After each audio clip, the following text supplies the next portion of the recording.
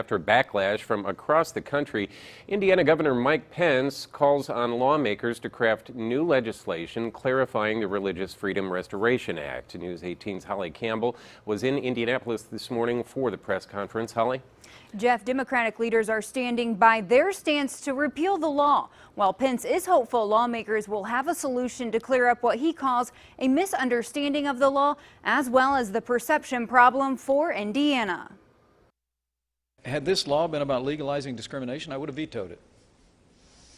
This law does not give anyone a license to discriminate.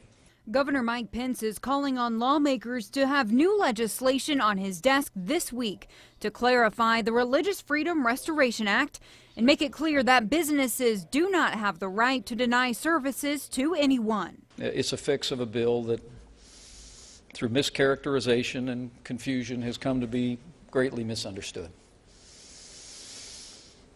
And I'm determined to address this week. As far as what that new legislation will say, Pence doesn't know yet.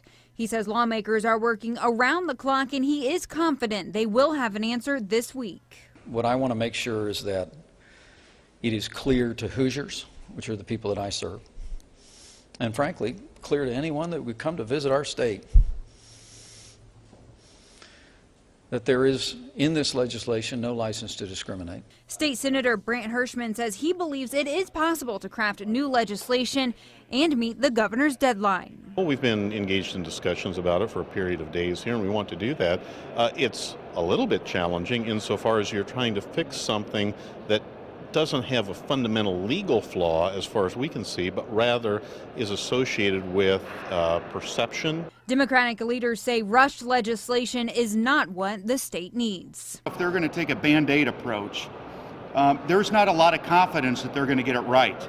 Democrats are calling for a full repeal of the law and that the Indiana Civil Rights Act be amended to make gay and lesbian Hoosiers a protected class. We have a national and international problem that requires a bold response in reaction to a major mistake that's been made.